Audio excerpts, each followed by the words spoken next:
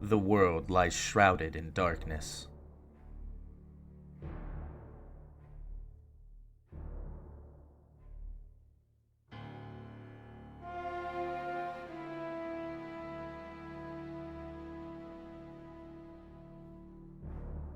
The winds die.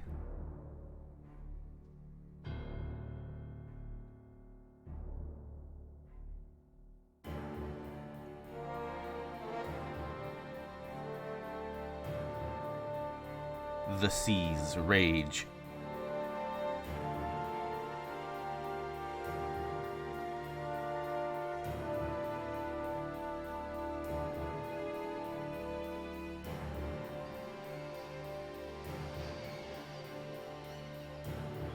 The earth decays.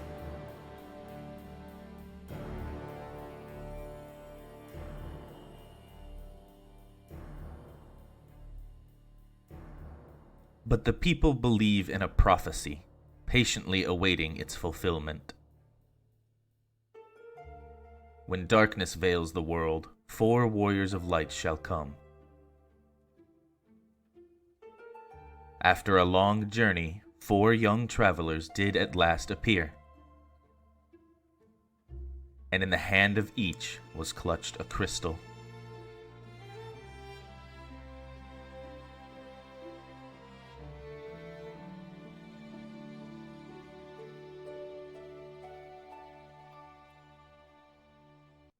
Hey, nice to meet you. I'm Twig, and I have a small question for you. If I were to say the term JRPG to you, what comes to mind? Many of you, like myself, probably think of Final Fantasy. Final Fantasy VII, Final Fantasy XIV, or maybe even the newest release of Final Fantasy XVI, all fine examples in their own rights. A follow-up then. While you might think of Final Fantasy as the answer to the previous question, I'm willing to bet most of you didn't think of Final Fantasy. You know, the first game that the series takes its name from. This one. Now, I can hear you asking, who cares about a 36-year-old game? Why talk about this one when the later ones are so much better? Heck, you even mentioned some of them. Who are you, and why is this video in my feed? And they're all excellent questions that I intend to try and answer throughout this video. Except for maybe that last one, but hey, thanks for clicking it anyways. Today, I want to talk to you about Final Fantasy, the game that launched the series of the same title that still runs to this day, and why it means so much to me in particular. Spoiler, I guess, for the end of the review. Yeah, I like the game an awful lot. Released on December 8th, 1987 in Japan for the Famicom, and in May of 1990 for the NES across seas, Final Fantasy is the first game in the series of the same name. It is an RPG game depicting your party of 4 characters on their journey to fulfill Lucan's prophecy and save the world from the darkness that is threatening to swallow it. For this review, I'll be using the Pixel Remaster version of the game specifically, as that's the version I've played the most recently, and the one I'll be capturing all the footage from as well. At the beginning of the game, before we get into anything, we have to pick our characters. There are 6 to choose from, each having strengths and weaknesses to deal with and balance our party around. Or not. You can totally just take 4 white mages and get through the game that way if you want to suffer every step of the way. To start with, we've got the fighter. This little red dude is great at, well, fighting, with weapons specifically. He's got access to pretty much every weapon and piece of armor in the game, and as such will likely wind up being your beefiest party member. Inspired by the Dungeons & Dragons class of the same name, it functions very similarly in role. The fighter is adept at taking hits as well as dishing them out, and that's really it at the start of the game. Again, he fights, and he fights well. Later in the game, when you get class upgrades, the fighter becomes the knight, and is now able to use up to level 3 white magic, as well as a few new weapons and armor pieces that make him all the better at walloping enemies. Up next is the thief, although the steal command doesn't actually exist in this game. The thief won't be doing as much damage as your warrior, especially early on, but what he lacks in strength he more than makes up for in agility and luck. Having a thief will generally make it easier to run from battles, both due to them acting faster in combat and having a higher success rate overall. The thief doesn't have as wide a range of weapons or armor as the warrior, but will still have a pretty decent selection of items to keep him well geared as you travel the lands and save the crystals. When you get your class upgrades, the thief becomes the ninja. Like the knight, he gains access to a lot of new equipment that the thief cannot use, as well as the capability to use black magic up to level 4. This helps him out a lot by giving him access to AoE damage to speed up regular battles. For our last melee-oriented class, we have the monk. The monk is, well, what you'd expect from a class called monk at this point in the series. It excels at unarmed combat, it excels at unarmed defense, and it hits hard. The monk is an extremely easy class to keep geared as such, which frees up a lot of gil early on for restoratives if you feel you need them. You do. Restorative items are extremely powerful in these early games, so please buy them. It also helps keep your money free for things like spells and equipment, so it really is just great all around. For class upgrades, the monk becomes the master, and, yeah. He doesn't get any new fancy magic like the guys before him, he just gets even better at punching things. So, good on him, I guess. Just look at him go. Poor thing never even stood a chance. Getting out of our melee fighters and into our casters of the game, let's start with the Black Mage. If you've played any Final Fantasy game before, you've probably seen this little gremlin. Blue cloak, big old hat, and eyes that have seen deep into the abyss. The Black Mage is great at, and you'll never believe this, black magic. Black magic generally covers your offensive and status-inflicting magics, but there's a small selection that can also buff your party to help out your stick swingers. Black mages can't equip much for armor and are locked to staves for weapons, aside from some early game daggers and Masamune for whatever reason, but that doesn't matter much when they can turn that army of Sahagin that just jumped onto your ship into a pile of ashes with a single Thundara. When Black Mages get their class upgrade, they jump to Black Wizard, which is more of the same but better. More spells, higher level spells, and more damage. And of course, Flare. We love Flare. How can you not love Flare? We'll get more into the magic later and talk about the spells, but for now just know that spells are broken down into types and levels. You've got level 1 through 8 magic for both black and white magic. Speaking of white magic, we have the White Mage.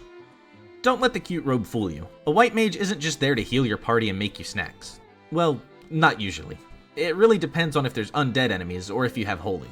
If not, they kind of just do keep your other guys fighting.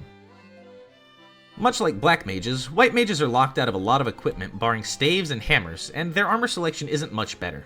However, they have a large selection of curative and supporting magic to help combat this, as well as the ability to revive allies and remove status ailments, which makes them invaluable at times. White Mages follow the same pattern as Black Mages for their class upgrade and become White Wizards. No, not that kind. Stop it. White Wizards get access to the rest of the white magic repertoire, which includes spells like Full Life, Null All, and Holy. Holy is just the White Wizard's flair, and we love it just as much, but unlike Black Wizard, all of White Wizard's level 8 options are good. For our last class, we mix black and white magic, which naturally gives us Red Mage. This dapper-looking gentleman is capable of using both magics, as I stated a moment ago, but not as well as either of the dedicated casters. On top of using both magics, Red Mage is capable of using a larger slew of weapons and armors to help cover their shortcoming of being stuck with lower level magic, but it also comes at the deficit of being worse at physical jobs than the dedicated melee classes. Truly a jack of all trades, but master of none. Red Mage's class upgrade sees them turned into a Red Wizard, granting them access to the middle tier of spells, which include many of the powerful support options of both Black and White Mages. They function incredibly well in the endgame as a support class that can both buff and heal easily, without having to sacrifice 2 party slots for the dedicated mages. So, we've picked our 4 classes, or multiples thereof if you want, and we've named our party. Time to get adventuring. The game drops you off next to Cornelia, and it's a good idea to drop in and get yourself stocked up on gear and magic since you start the game with minimal gear and no magic. While in town, it's important to note something. Talking to NPCs is very important. I know a lot of you are going to think, well, no duh, genius, but it's worth mentioning that this game doesn't do a lot of directing you during your main quest. It's not going to sit you down and spell out your next destination most of the time, and it isn't going to just drop a giant quest marker on your map either. To even get out of Cornelia here, we have to talk to the guards, who want us to go see the king since we showed up with these funny little crystals. The king recognizes us as the Warriors of Light, the prophesied heroes who will save the world from impending doom at the hands of darkness. His minister isn't so sure, however, so they send us off to the north to save the Princess Sarah from Garland, the strongest knight in Cornelia, at the Chaos Shrine. On our way there, we'll run into some small fry goblins and wolves. No big deal for strapping young heroes such as ourselves. So we head inside and... Oh no. These things hit much harder than the goblins in the woods. This is a good time to talk about one of the 2 things that I think constitutes difficulty in this game's combat system, and that's the early game difficulty spikes. Early on, enemies jump in how much damage they can take and deal pretty quickly, and gear and items are kind of hard to keep flowing with the small amount of cash we start with. This is alleviated pretty easily with a little bit of grinding, and it'll feel a lot more natural grinding later in the game as we actually explore dungeons for the loot and goodies inside. Or, we get 9 levels while searching for a rare enemy. We'll get to you. For now, we should spend a little time roaming the forest around Cornelia till we hit level 4 or 5. You can beat the crap out of the woodland creatures and quickly dip back into town for a rest at the inn, a resupply at the item shop, and any other gear we might want to pick up with our newly acquired guild. Once we feel nice and strong, and we've got our bags nice and filled, we can head on up to the Chaos Shrine and finally see what this Garland is all about. There's some treasure smattered around this and every dungeon we'll visit in the future, so taking the time to find them can help line our pockets and our levels. The Pixel Remaster has maps of the dungeons and will tell you how many treasures you found in each locale, so it's very handy for completionist playthroughs.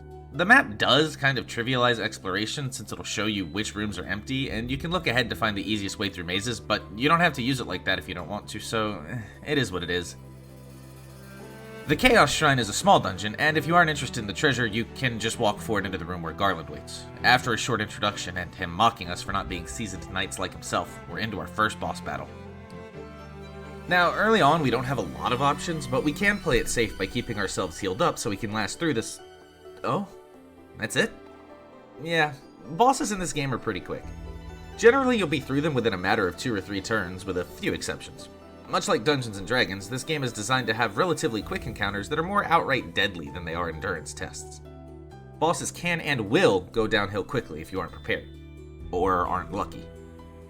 However, Garland, despite all his bluster, is a pushover. We dispatch him easily, save Princess Sarah, and head back to Cornelia to prove to the king and his minister that we truly are the Warriors of Light. With him convinced, he agrees to aid us however he can and fixes the bridge leading north. On top of that, Princess Sarah gives us the loot passed down in her family for generations in the hope that it will aid us on our journey. Now that we've tackled our first boss, let's take a moment to talk about the battle system. It's incredibly simple, but functional. At the start of the turn, we input each command for our party, and they acted out in order according to speed rules. Some enemies have weaknesses to exploit, or resistances to avoid, but that's pretty much all there is to it. The goal is to make enemies' HP hit 0, while keeping our own above that, as you would expect. If a party member's HP does hit 0, you can revive them a number of ways. There's the Phoenix Down item, the life and full life spells, and the churches in town that will revive them for a fee. I would recommend doing this before ending a battle if possible, as dead party members get no experience. The difference isn't massive, and 1 or 2 deaths won't set them that far back, but it bothers me immensely to see these 4 numbers not all be the same. While we're on the topic of the battle system, let's go ahead and talk about the spells we picked up, and the ones we didn't, back in Cornelia. On the black magic side of things, we have Fire, Thunder, Focus, and Sleep. Fire and Thunder are pretty self-explanatory, each doing a small amount of elemental damage to an enemy. Sleep is also pretty self-explanatory, but instead of doing outright damage, it has a chance to put each enemy in the battle to sleep. Focus is the only one that doesn't really explain itself in the name, but it lowers an enemy's evasion by 20. Usually I'll go with the 2 elemental spells and Sleep, as I don't find myself missing enough to be needing evasion-lowering abilities. For white magic, we have a more varied selection in Cure, Dia, Protect, and Blink. Let me start by saying that for a level 1 spell, Blink is amazing. It raises the caster's evasion by 80, which is incredibly helpful for keeping your white, or red mage, alive in the early game. Cure does what you'd expect and restores a small amount of HP to a single target, and Protect slightly raises one party member's defense. Dia is a white mage's only damaging spell line for most of the game, and unfortunately for us, it only affects undead creatures. That being said, it is very good at affecting undead creatures, so I would consider it a must-take in most scenarios. Crossing the bridge starts our adventure in earnest, and gives us what I think is one of the most iconic shots in gaming history. Our party stands atop a hill on the other bank of the river and looks back at the Kingdom of Cornelia while we get a text crawl to preface the rest of our adventure.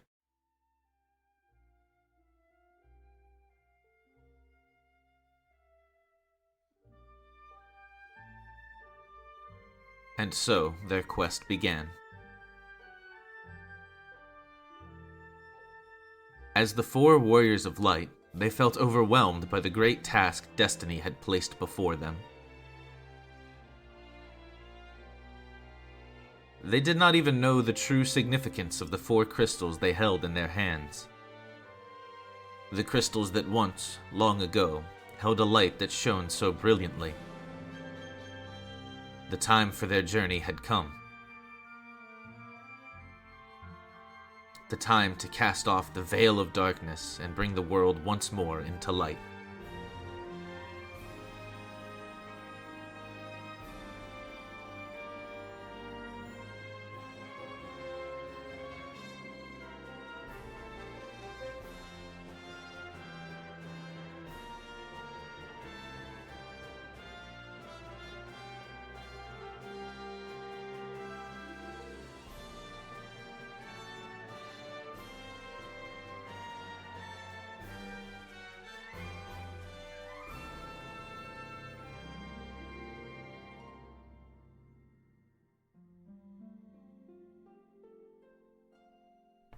It's small and a lot of waxing poetic, but it's neat to me to have that little bit of extra flavor sprinkled in. It really makes me feel that much more immersed into the adventure. On the other side, we start to run into some more new enemies, though nothing too difficult. Fighting our way through the forest, we can make our way to another cave, Matoya's cave. Inside is an old witch complaining that she can't see since someone took her crystal eye. Well, might as well make use of her blindness and rob her more blind? After we exit the cave, we can head east to the town of Provoca. In Provoca, the townsfolk will tell us about a gang of pirates led by Bike that are giving their town a lot of trouble. With a quick round of shopping, adding some level 2 spells to our list, we lay the smack down on his boys, and he promptly and profusely prostrates himself and offers up his ship to prove his sincerity. The level 2 spells I mentioned above are where we start to see more variety for Black Mage. We have another low damage, single target elemental spell in Blizzard, but the other 3 are all really good support spells that can help turn the tide of battle even in the endgame. We have Dark, which has a good chance to inflict a blind status on each enemy. Great in fights with a large number of physical attackers, like our Pirate Ambush. Slow is also great in that scenario, as it has a chance to lower the number of hits each enemy can land when they attack. Finally, we have our first black magic buff of the game in Temper. Temper raises an ally's attack by 14, and it can be stacked, turning any of your already hard-hitting melee attackers into veritable trucks. White Mage also gets to choose from a nice stack of buffs, debuffs, and even some status removal options. Null Shock reduces lightning damage by half for the whole party, which is very useful for those times you expect to get hit by lightning damage. Duh. Invis is like a weaker but targeted version of Blink and raises an ally's evasion by 40. Blind No removes blind from a target, which is very nice if one of your physical attackers gets blinded mid-fight, but seeing as blind is not a consistent status outside of battle, it's not the most useful. And Silence, which inflicts the silent status on all enemies and prevents them from casting. This one is great. It's a must-get for making some of the early game that much easier. With a ship on hand, the world opens up to us. Kind of. This small part of the world, like a third of it really, but still, that's more area than we had access to previously. A man in Provoca will tell us about his hometown of Melmidt to the west, and how the earth there is rotting. Seems like a good lead to check out, so let's sail on over and... Okay, so you can still get encounters on the ship. Makes sense enough.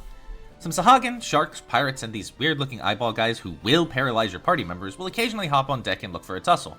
It can be a little annoying, since they seem to always show up in decently sized packs, but it's good for Gil and XP till we can get to our next destination. This elf town. Aptly named Elfheim. Yeah, so it turns out Melmidt is farther than our ship can reach at the moment, but that's okay. These elves need our help for now, and by golly, I'm happy to help any town that can offer me new spells if I have the Gil for it. The Prince of Elves was forced into an eternal slumber by Astos, king of the Dark Elves. The people in town are worried that with no ruler, the Elven Kingdom will fall into a state of disrepair. But lucky for us, they've heard tales of a witch who can brew any potion, even one that could wake the Elven Prince. Now, where have we heard of a witch before? Anyways, looking around the area, we've got 2 locations we can check out. This spooky-looking cave, and this spooky-looking castle. The castle just has this king who says his crown was also stolen by Astos, and that he can fix things up if we go get it back for him, so to the cave we go. Before that, though, new spells. Elfheim has level 3 and 4 magic, but seeing as it's unlikely we'll have the funds for level 4, let's just talk about level 3 for now. Black Mage gets its first foray into second tier elemental magic with Fyra and Thundara. Not only do these do more raw damage than the first tier, but they also now target all enemies. Fantastic pickups, especially as most enemies on the boat will be weak to Thundara. Next we have another upgrade to a level 1 spell in Fokara, the target all version of Focus at the same value of 20. And finally we have Hold, which inflicts Paralyze. This falls under the category of spells that sound like they could be useful, but most enemies you'll want to use it on are probably immune to it, or at least resistant enough that it's not really worth casting. White Mage gets several notable upgrades. Cura and Diara do the same job as Cure and Dia, just better. Nullblaze adds in another element we can buff the party against, and one that is notably more useful than Null Shock in my opinion. Even so, Nullblaze tends to fall to the wayside for the 4th option of Heal. Heal is just Cure, but it targets your whole party. It's incredibly handy for fights where the enemy can hit the whole party, skills that we'll be seeing more and more of moving forward. Now, let's get on over to Marsh Cave.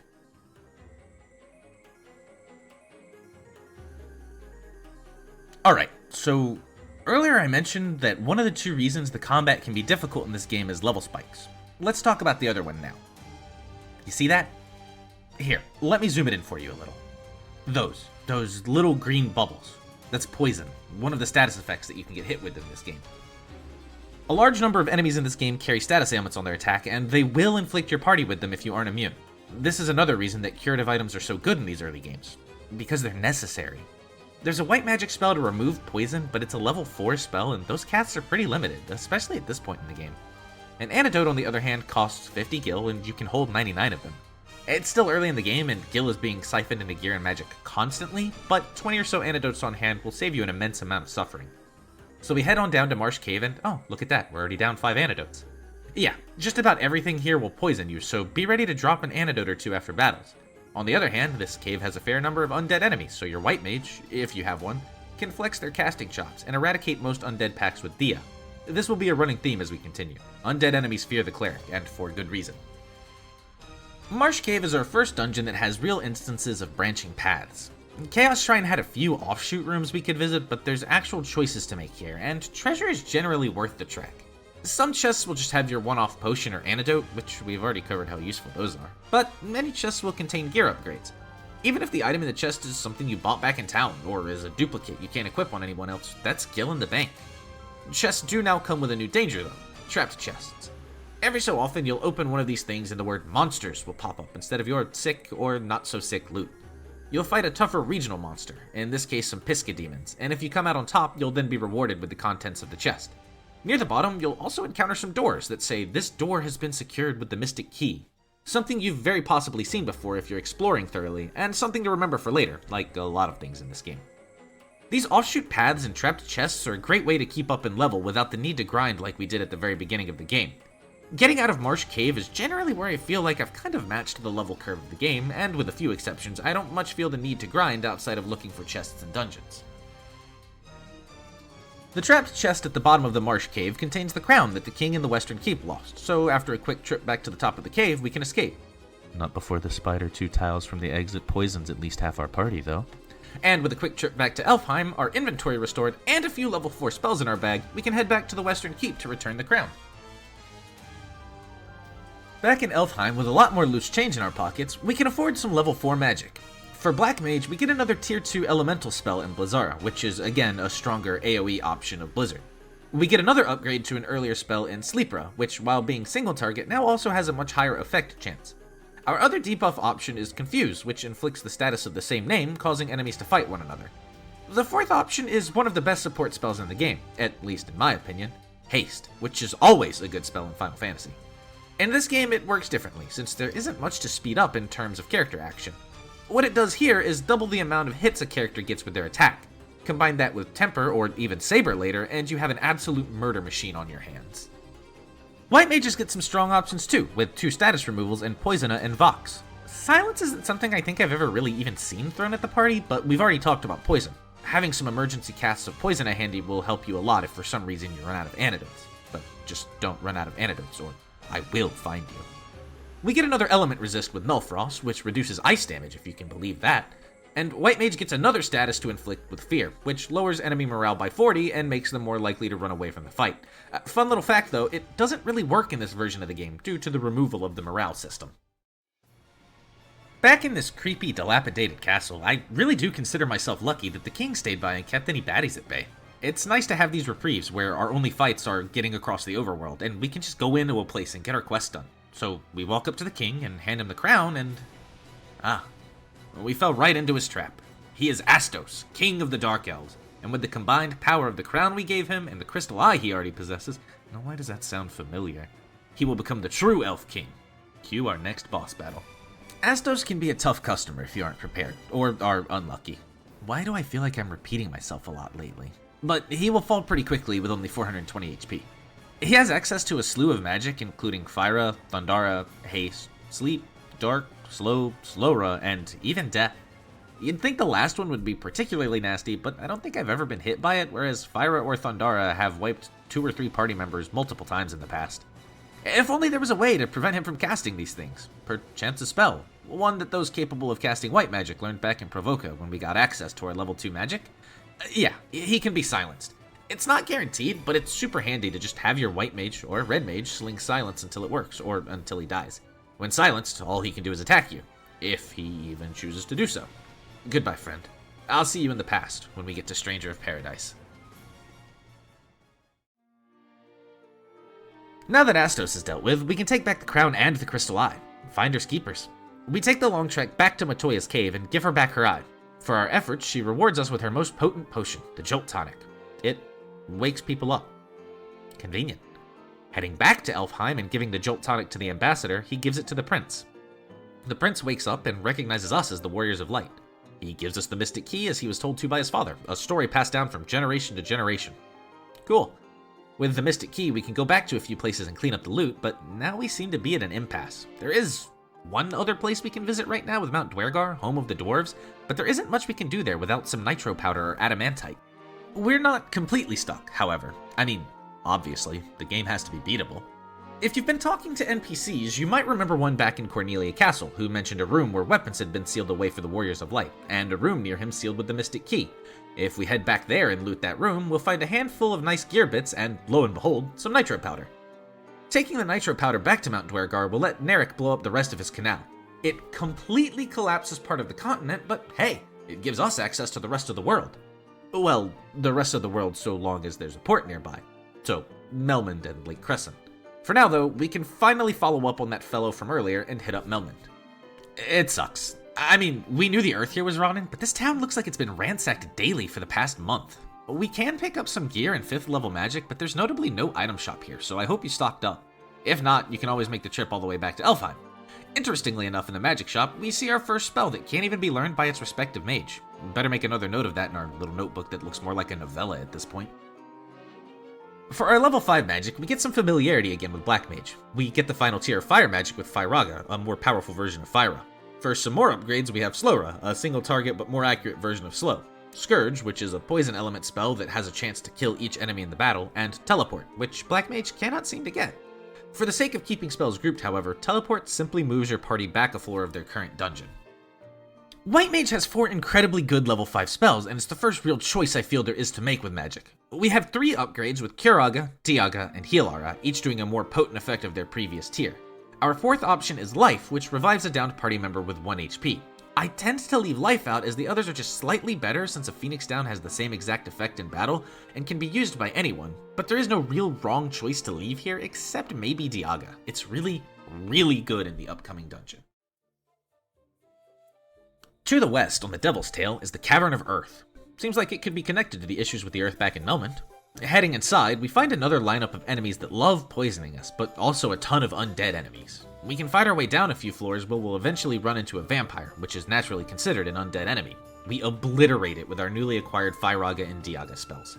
The chest in here contains a Star Ruby, which is surely worth a nice sum. With the vampire cleaned out of the cavern, we head back to Melmidt, assured of a job well done. Unfortunately for us, we have no such luck. The town still sucks, and the NPCs don't even give us the idea that things are getting better. With no clue as to what to do, we head west, beyond the Cavern of Earth. There's a cave through the mountains up ahead, but the path through it is blocked off by a large golem. Luckily for us, he eats gems, and our Star Ruby looks delicious to him. On the other side, we can find the Sage's Cave, and inside it the Sage Sarda, who tells us that the cause of Melmid's rot lies deeper within the Cavern of Earth. He gives us the Earth Rod and tells us to check out the room behind where the vampire was. Heading back into the Cavern of Earth and Poison, we trudge our way down to the room the vampire melted in and behind it. The Earth Rod opens up a passage deeper into the dungeon and we continue our descent. It doesn't take us too long to get to the end of the dungeon and we finally see our first crystal. In front of the Earth Crystal we see an orb. Interacting with it, we find an enemy who introduces himself as Lich. Lich is the Fiend of Earth, the first elemental fiend we've come across. Unfortunately for him, he is undead, which means he shares the same weaknesses as the vampire before him. Fyraga, Diaga, and a few attacks will absolutely shred him. I want to take another moment here to really commend the artists on the sprite and background design in the Pixel remasters. Enemies are very easy to tell what they are, and the backgrounds complement the areas you're in with a surprising amount of detail to them. It's pleasant to have that there for what amounts to like a third of the game. And I know Lich is the only one we've seen, but the Fiend's designs really knock it out of the park. Liches are something that are present in a lot of media, but I always find myself thinking of this guy in particular. The other Fiends have larger names to live up to, the Wind Fiend in particular, but they all have incredibly strong designs behind them in this game. Behind Lich, we finally get to our first crystal. We hold our own crystal up to it and purify it, thus finally fixing the rotting earth. Melmidt is saved, and since they have no more magic to offer us, we can move on to our next destination. All the way over here. Or you can just be smart, unlike me, and remember that the world map wraps. After a long boat trip that probably dyed the seas red with the blood of Sahagin sailors, we finally make it to the part of the continent that contains both Crescent Lake and the volcano Mount Gulg farther west behind a string of rivers we can't pass. Crescent Lake is important not only because we get more gear and magic, and an item shop thankfully, but because we can actually get a fair bit of story here pertaining to the prophecy. This here is Lucan and his sages. Lucan tells us that he foresees a cycle of wrath and a dim light which our entire future revolves around. The dim light refers to us, of course, but I really wish he wouldn't insult my intelligence right in front of me. The cycle of wrath, on the other hand, is a little bit more obscure right now. Add it to the ever-expanding conspiracy theory stringboard. The rest of the sages give us some exposition too, talking about the 4 crystals of the world and how the 4 fiends of chaos block their powers to claim them as their own. They tell us that the elements of the crystal are the 4 classical elements and their altars are scattered throughout the world. Basic lore stuff. Once we get about a third through the circle, this guy mentions something interesting. The 4 fiends plot to rule the world both past and present. The Fiend of Wind appeared 400 years ago, followed 200 years later by the Fiend of Water. Together they laid waste to the civilization in the north. So these fiends have been wreaking havoc on this world for at least 400 years. Been waiting a while for us, huh?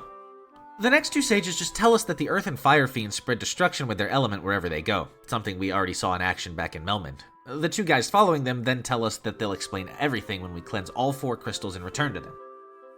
The 11th sage mentions that the Fiend of Fire long slept within the passages of Mount Gulg, but she has awoken 200 years before her time. He then tells us to vanquish her before the world is consumed in flame. Something tells me that Lich was at the bottom of the totem pole if the other fiends are capable of consuming the world in fire and laying waste to continents. Poor guy just gave Melmidt a bad harvest and some structural damage. The 12th sage elaborates on this after congratulating us on defeating Lich. He tells us that the Fiend of Fire has awoken because we defeated Lich and is preparing to face us. He hands us a canoe that will allow us to traverse the rivers nearby and take on the lava flows of Mount Gulg, and if you're like me, you can't wait to wade in lava. Before we take off to Mount Gulg, though, we get to pick up some new level 6 magic. Black mages get another tier 3 elemental spell in Thundaga and an earth-aspected version of Scourge and Quake. We also get access to Death, which is a single target instant death ability, and Stun, which is a single target spell that inflicts Paralyze based on how much HP the enemy has and whether or not they resist it. White Mage gets 2 powerful party buffs in Protera and Invisira, which both affect the whole party and raise defense and evasion by 12 and 40 respectively. White Mage also gets access to Stona, which will remove the Petrified condition, but I would recommend holding off for Exit. Like Black Mage and Teleport, White Mage cannot learn Exit at this point in time, but it's worth leaving a slot open for later as it will instantly return your party to the world map from a dungeon, making it invaluable in emergency situations. Stocked up again on new magic and old consumables, we trudge our way through the river and new aquatic enemies towards Mount Gulg. Some of these enemies are particularly nasty, the White Croc comes to mind. Once there, we can head inside and be greeted by a new aspect we haven't encountered yet, damaging floor tiles. Walking through the lava tiles will deal 1 damage to each member of your party for each tile walked, but there is an upside to this. You can't get into random encounters while on damage tiles. Using that to our advantage, we can navigate a lot of the main portion of this dungeon with minimal encounters if we so wish. Most enemies in here have a weakness to ice, so Black or Red Mages excel here with Blizzard and Blizzara, and on top of that, there exists in one of the chests in Mount Gulg an Ice Brand, which will give the wielder's physical attack an ice element as well. After fighting our way through fields of flaming foes, we find ourselves at the Fiend of Fire's lair, and the Fire Crystal. Enter Merilith, our second fiend, which is also fashioned after a traditional Dungeons & Dragons enemy. This 6-handed Serpentine Swordmaster puts up more of a fight than old Lich did, seeing as we can't just abuse weaknesses here. She's not even weak to ice, though she is resistant to the other 2 elements, so it functions as if she were. I feel the need again to compliment the design of the fiends. Merilith is equally as memorable as Lich to me, and I also tend to think of this sprite rendition over the official published art in the Dungeons & Dragons media, batting it out of the park with a solid 2 out of 2.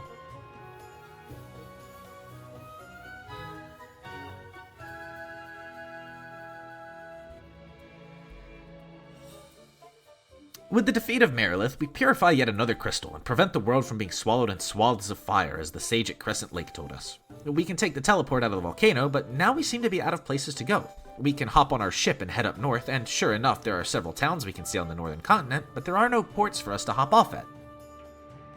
Of course, that's simply because we're looking in the wrong waters. We use the canoe to get to Gulg, so surely there's other places we can use it to go. Of course we can, and that place happens to be right over here at Ice Cavern. Stepping into the frigid winds, we're greeted with frosty enemies, cracked floors, and even some frozen stalagmites that will act the same as the lava tiles in Gulg. Fair warning, the enemies here can be kind of annoying. The wolves come in packs of 7, each being capable of using Ice Storm, which doesn't seem dangerous until all 7 of them use it in tandem and waste both the rest of your natural-born life and your party. Here we have a Mind Flayer, a recolor of the Pisca Demon from earlier. If it's an upgraded version of that, then we have nothing to worry about. Oh, just 1 damage. That's no big... Alright! Apparently the 1 stood for how many characters that attack will kill. Aside from the wolves that take half an eternity to kill, even with the rush feature, and the instant killing mind flayers, we can make our way through Ice Cavern pretty easily by utilizing the crumbling floors to fall down to our destination. At the end, we collect ourselves a Levistone once we dispatch this evil eye. A fun little fact about the evil eye, it was originally a beholder, but due to copyright concerns, it was changed for the international release and future releases. With Levistone in hand, we can head back toward Crescent Lake and continue abusing our canoe. Heading down this little channel, we wind up in front of this desert. Stepping inside, we get a little cutscene of our characters raising the Levistone, and voila! We now have an airship.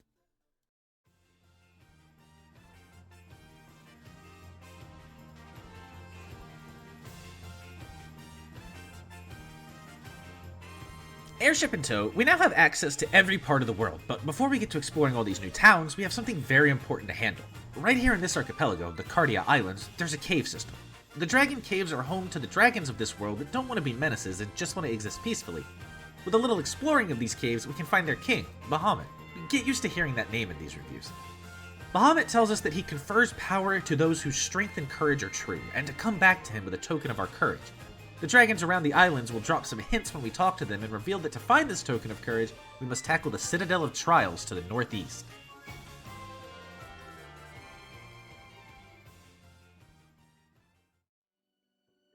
The Citadel of Trials is probably the most interesting and also most frustrating dungeon in the game for me. On one hand, they did something different than a dungeon that you just walk to the end while exploring offshoot paths in. On the other hand, the teleporter gimmick is just kind of annoying. It's trial and error that will just send you back in progress if you get the wrong one. Thankfully, it's a pretty short dungeon, and with a few minutes of banging our head on the wall, we can reach the top and loot the plethora of chests. The last chest by the throne contains a token of our courage in the form of a rat's tail?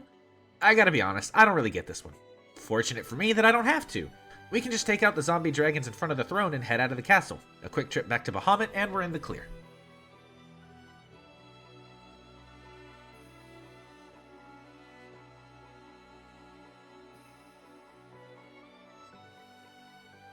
He tells us that it's been a long time since men of courage have stood before him, and that our bravery is worthy of consideration.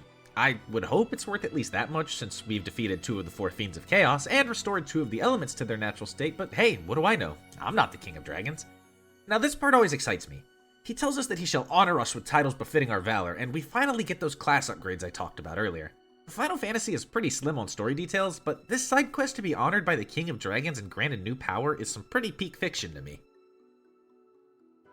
Now that we've grown up and gotten some sick new looks, we can start exploring the rest of the world. There's a handful of places we can go, and nothing is limiting us now with these upgrades. A quick trip back to Melmidt and Lake Crescent will allow a black or white wizard to pick up teleport and exit respectively. For now, let's start checking out some of these towns in the northern continent. Over here in the west, we have Andrak. There's the usual magic shop, though only 2 options per type of magic for level 7 magic here, and there's a dock in the far east of the town. There's a woman here watching the submarine, and she tells us we need Oxyale before we can use it. Well, there certainly isn't any Oxyale in Andrak, but there was a woman who mentioned her father is with the caravan in the desert to the west, and another person who mentions that the caravan had something strange for sale. On top of that, there's someone who swears that they saw something like a machine falling in the west. Both leads worth following up on at the very least. Before we follow up on them though, let's talk magic. Black mages can pick up Blind, which functions the same as Stun from earlier, based on an HP gate. They can also pick up Saber, which is a phenomenal spell when used by not a black mage. Saber increases the user's attack and accuracy by 16 and 10 respectively. Thankfully, the Giant's Gloves we get later will allow anyone to use the spell. Real quick, that's something I haven't touched on. Some items when used in battle will have the effect of a spell. These are generally kind of middling in use, if not outright useless for the point you get them, but some of them like the Giant's Gloves for Saber or the Defender for Blink are incredibly useful. Tangent finished, so let's see White Mage's options. White Mage gets access to both Null Death and Hilaga here in Andrak. Unfortunately, Null Death isn't really that useful anymore, as we're at the point where our equipment will provide that bonus for the most part. Hilaga, on the other hand, is our highest tier AoE healing spell and will be a phenomenal asset for the rest of the game. Heading into the desert, we can in fact find a caravan with a single item for sale, a bottled fairy for 40,000 gil. At this point in the game, you're likely loaded and can pick it up immediately, but if not, a little grinding will set you straight. The other lead is a little more esoteric, but still not too hard to follow up on. You just need to remember that even though we have an airship now and our sailboat might be useless, we still have a canoe for going inland on rivers. So doing just that, we can follow this very river to a waterfall, and what's the one thing we all know about waterfalls? They always have treasure behind them. So, sure enough, we can canoe right into it and wind up in a cave. Waterfall Cave is a very straightforward dungeon, and all the goodies are at the back. We can rush back there to find a pack of enemies that are honestly somewhat scary with the statuses they carry. A nice bevy of chests that also contain our first ribbon, slap it on one of your mages immediately, and a robot. The robot tells us that it has been waiting for us and hands us a cube, the Warp Cube. It also mentions a flying fortress and Tiamat? Well, I guess it stands to reason that if we had Bahamut, we'd also have Tiamat. But that's a way off, as we're looking for Oxiel right now, and this isn't it. Taking back to the skies, we can head over to the east to see 2 more villages. This one nestled right up here in the mountains is Gaia, and it's our next stop. If you've already picked up the ferry as we have, it will leave your inventory upon entering town and rush to the woods in the back. We'll meet up with it in a moment, but first, let's talk magic. Gaia not only has the other level 7 magic that Andrak didn't, but it also has our first taste of level 8 magic. For Black Mage, the level 7 magic gets rounded out with Blizzaga, our final elemental spell, and Break. Break has a chance to inflict Petrify on one enemy, but this late in the game, bosses are going to resist that, and normal enemies are better dispatched by just beating them to a pulp. Black Mage's level 8 spells here in Andrak are equally as average, unfortunately. Stop has a chance to inflict Paralyze on each enemy, which really doesn't matter when most encounters are over in 1 or 2 turns. Warp has a chance to inflict instant death on each enemy, but again, with it not being guaranteed, you're better off just killing them with the massive damage you can do with any damage spell. Kill is another instant death spell that functions like Blind and Stun. The HP gate for these to work is 300, and that's really low health. Your melee classes are probably each doing close to 200 to 300 damage per attack at this point, so there's no real reason to pick up Kill. White Mage has much better luck in both aspects here. Their level 7 spells round out with Curaja and Diaja, both being the most powerful variants of their line. Curaja is a full heal to a single target, and Diaja will absolutely tear through any enemies it can affect. For level 8 magic here, White Mage gets access to Holy, Null All, and Dispel. Dispel has a chance to remove an enemy's elemental resistances, which can definitely help for enemies that resist them all, such as the 4th Fiend, who we definitely don't know yet, and the final boss. But it falls a bit short due to it being a chance and the fact that Holy and Black Mage's final spell don't have elements. Null All gives a single target resistance to any spell cast on them. It's super good, but it does have a minor drawback seeing as it's one person at a time. Still, a great pickup though. Then we have Holy, White Mage's final damaging spell. Holy, unlike the Dia line, can hit anything, and does so for a good bit of damage. 100% a must get, as it allows White Mage to contribute a lot of damage when it doesn't have to heal. A quick little note, an NPC in Gaia mentions that it's often called the Eye of the Hawk. He also mentions an ancient city to the south called the Wing of the Hawk. It took me like 4 times playing this game to realize that this continent is vaguely bird-shaped, and that the towns are placed where the eye and the wing of the bird would be. Neat little detail, even if it took me far too long to notice.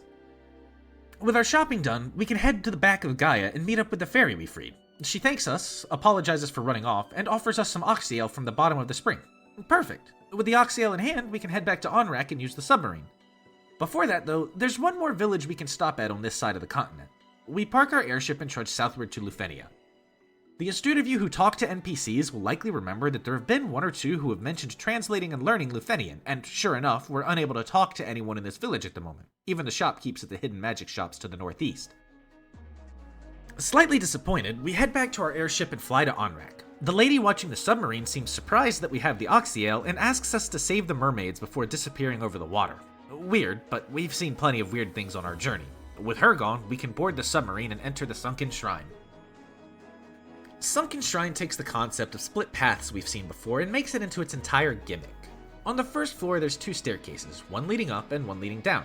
You have to take one of these paths in its completion to unlock the way to the Fiend, so taking the wrong one first will result in some extra dungeon time. It's not really an issue here since most of the enemies in the Sunken Shrine won't pose much of a threat to you, but it can definitely be annoying to retrace your steps, doubly so if you didn't pick up Exit. We'll head up first, following the path to a floor filled with small, box-like rooms filled with mermaids and treasure. The mermaids will give us a small bit of exposition about the Kraken, themselves, and how their kind will vanish into sea foam if we don't save the crystal. One of them even mentions that they have a friend who went to the surface and hasn't returned. Wonder how she's doing. After clearing the floor out, you'll likely notice that there's a room you can't get to, and here's where I think this dungeon does something really clever. If you follow the room to the northwest, you'll see a little path that wraps the screen back around to the inaccessible house. A neat little thing that we can't normally do in dungeons, but you can piece this together through the room layout and the fact that it's possible on the world map. It's a clever little trick, I like it a lot. In the secret room, alongside some powerful gear for a knight, we'll find the Rosetta Stone, an item multiple people have told us about at this point. With it in hand, we can now head the opposite direction and gun for the bottom of the shrine.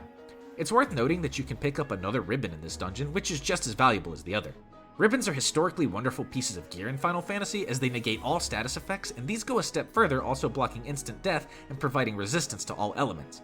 There are 3 in this version of the game, and the final member can just be covered with Null All to make up for it. At the bottom, we find the water crystal guarded by none other than the Kraken that the mermaids mentioned.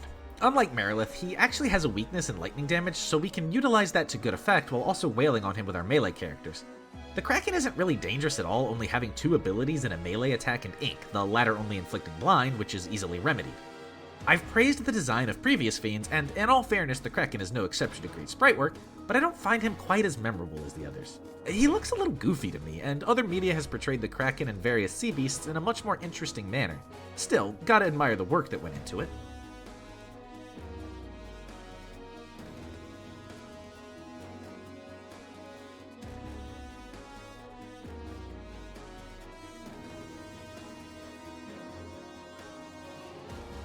With the Kraken defeated, we fix up the water crystal and save the mermaids and oceans.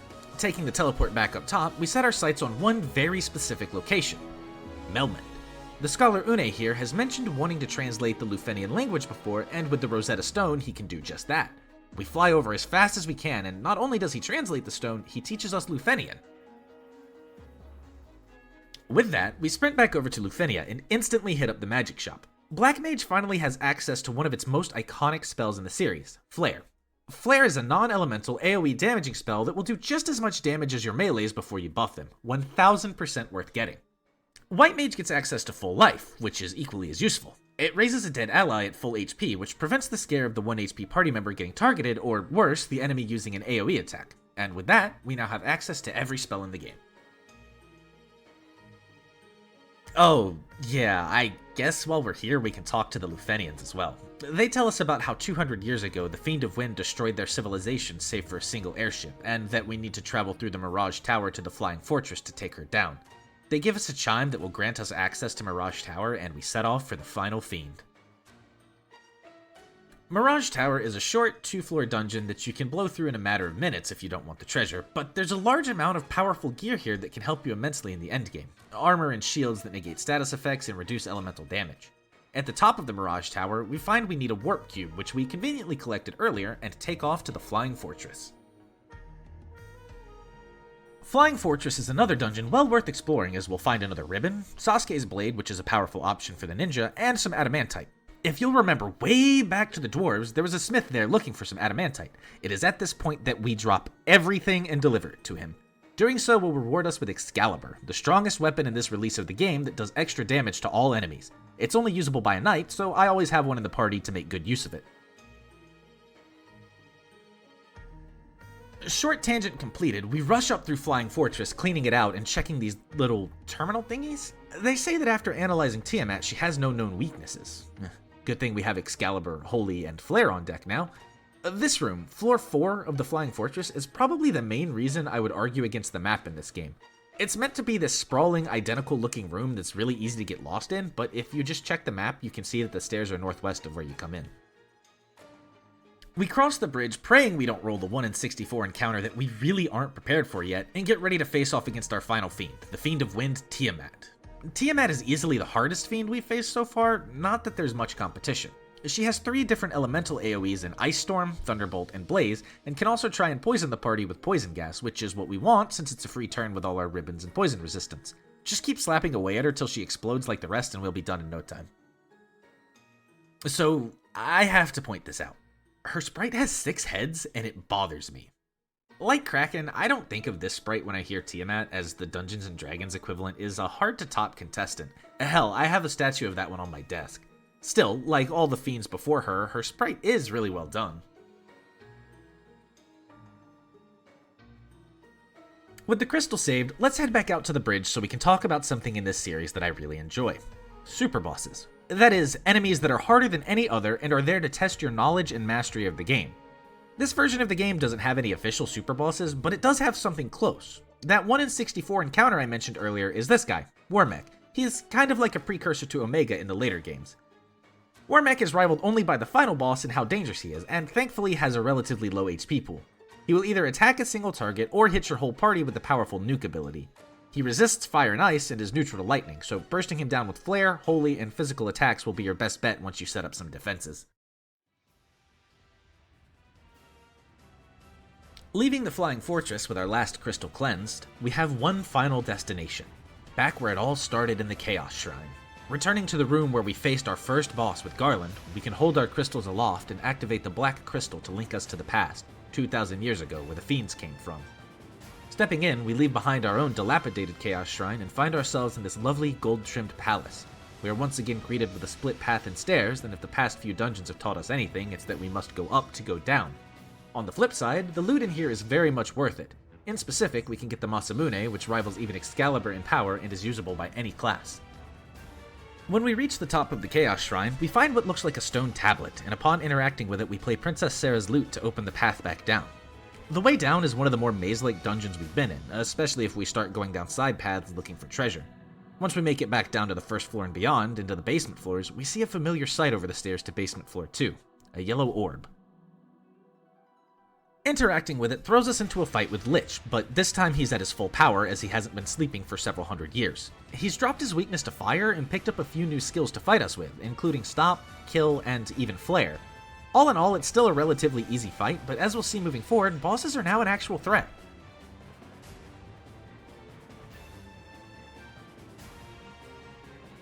Next floor sees the return of Merilith, and just like Lich, she's got a considerable boost in power. She now resists all elements, not that it matters with Holy and Flare, and has upgraded her spell repertoire to Firaga, Death, and Stun. With almost triple her original HP, this fight will take a little while, and you'll likely be healing from the Firagas as she's almost as likely to cast it as she is to attack regularly.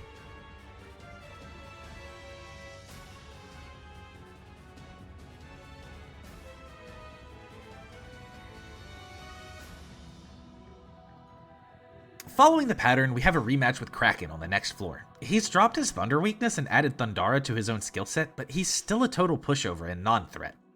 Something I think is cool about the past Chaos Shrine though is that for the first 3 rematches with the Fiends, their floors have the same enemies we fought in their dungeons. It's neat foreshadowing to what awaits us at the end of each floor.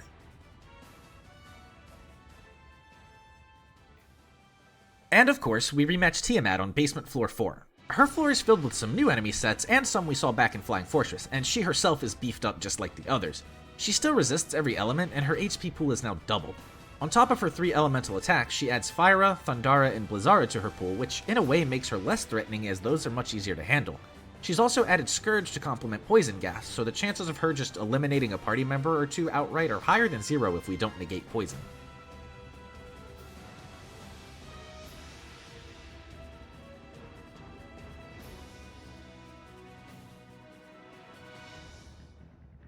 With Tiamat defeated again, we trudge down to the bottom floor of the Chaos Shrine.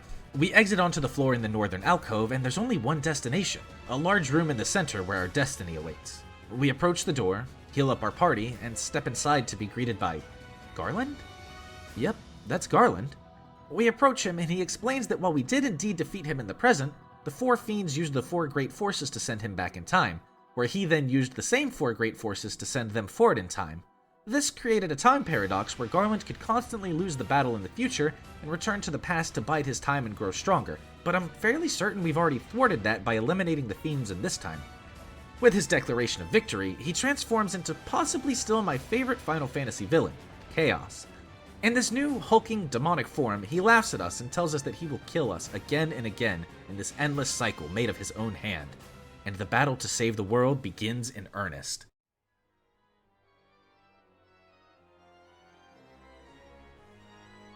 Before we talk about the fight, I want to stop and talk about Chaos himself. The game does a very good job of never directly mentioning Chaos and merely alluding to the force of Chaos.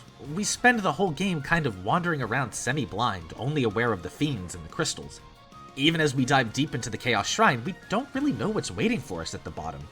Chaos is simply the amalgamation of evil manifested in Garland and his greed for power.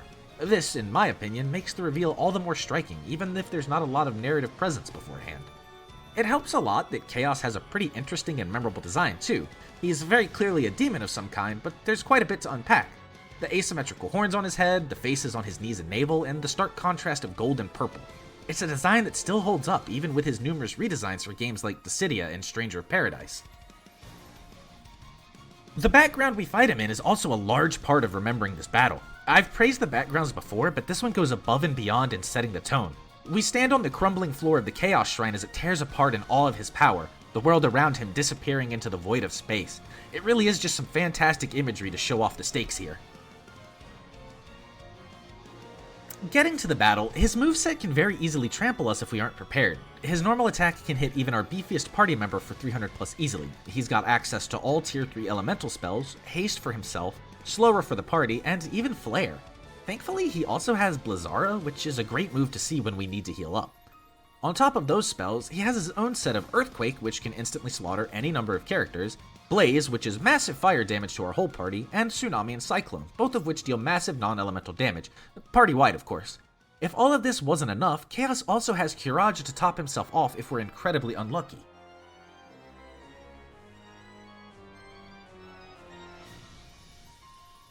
It will take a lot of preparation and clever maneuvering to take on this fight. Keeping the party buffed offensively as well as defensively is a must, and losing party members means they have to start that entire process over. Unfortunately, luck also plays a bit of a role here. All it takes is a set of 2 unlucky turns where Chaos uses something like Cyclone last on the first turn and then Tsunami first on the second turn to put us in a real nasty spot, assuming it doesn't outright kill us. This is where a lot of that gear and our spells we've picked up comes in handy. Null All reduces damage from magic by half, but you have to be careful as it will miss someone who is wearing a ribbon since they already have elemental resistances. Protera and Invisora are huge at keeping his physical attacks manageable, and Hilaga will be your best friend during this fight. On the melee side of things, you can have them use the Giant's Glove and Defender to keep themselves buffed with Saber and Blink, and dropping haste on them can have them dealing 1000 to 1500 damage a turn to help take Chaos down. It takes time, strategy, and a bit of luck, but it can be done. Obviously. When you manage to chip Chaos down to 0, he fades away into nothingness, and the screen fades to a peaceful setting of the forests and lakes of the world.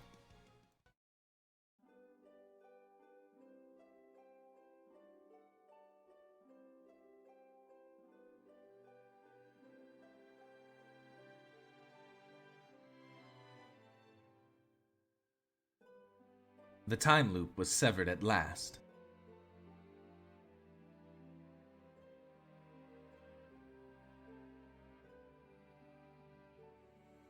The endless struggle that had raged over 2,000 years had ended, and peace prevailed once more.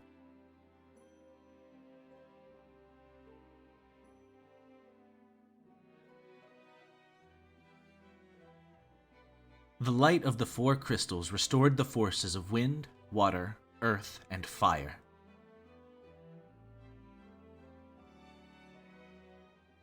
It was a mere trick of fate that had given rise to the chain of Garland's wrath.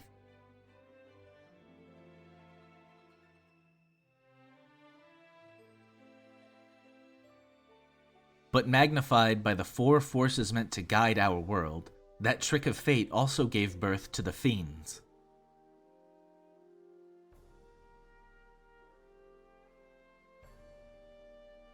Monsters had run rampant as the world sank into darkness.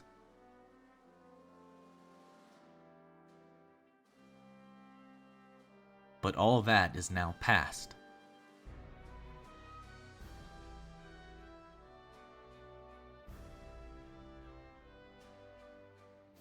With the 4 forces flowing as they were meant, the warriors prepared to cross time and return to the world they knew, a world where Princess Sarah, Queen Jane, and even Garland himself await.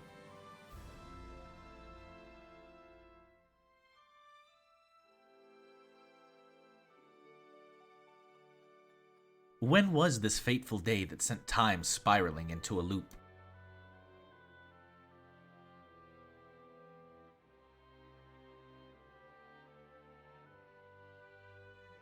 None can say.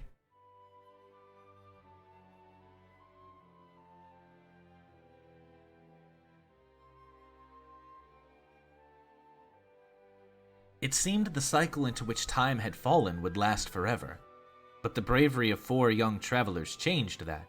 They took the forces that filled the world with darkness and used them to bathe the world in light.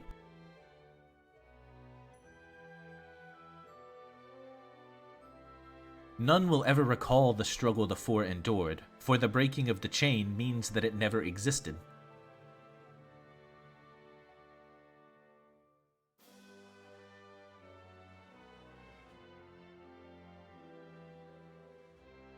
But within the tales of fantasy that people tell, the memory of their deeds lives on.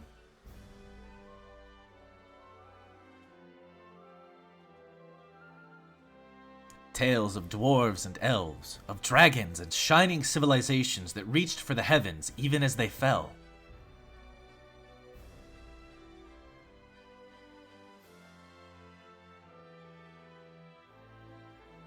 And now their return is upon us.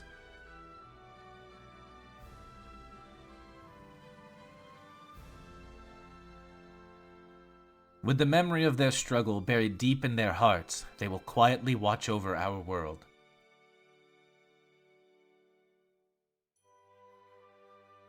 Remember always that the forces of the world must be used as they were intended, that the power of light must never be used for dark, and that the true crystals reside in your heart.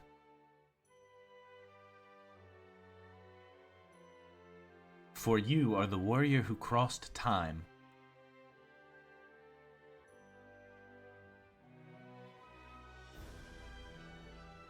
You are the bringer of light.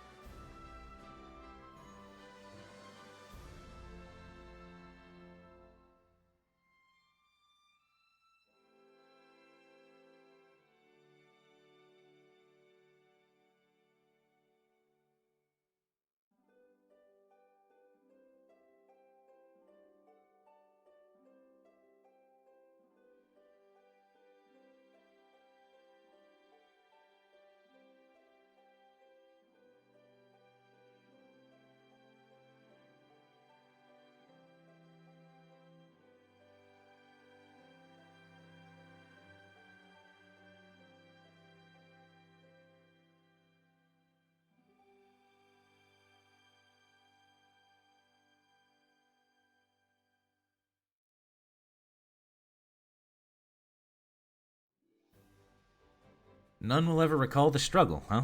Well, I will. I'll always remember their struggle, and the effect it had on me and my interests growing up. I'll always remember thwarting the fiends and Chaos himself, because it was the journey that set in motion so many more. And that's Final Fantasy. For its time, it was a marvel of a game, and to this day, I think it still holds up remarkably well. It holds a special place in my heart for what it set in motion, both within me and the gaming world, and I hope that after listening to me ramble about it for close to an hour, that just maybe it can hold a special place in yours too. Thank you so much for listening, and if you enjoyed my inane ramblings, consider subscribing. I plan to talk about the rest of the series too, and boy, is there a lot to talk about. But for now, I've been Twig, this has been Final Fantasy, and I'll see you next time.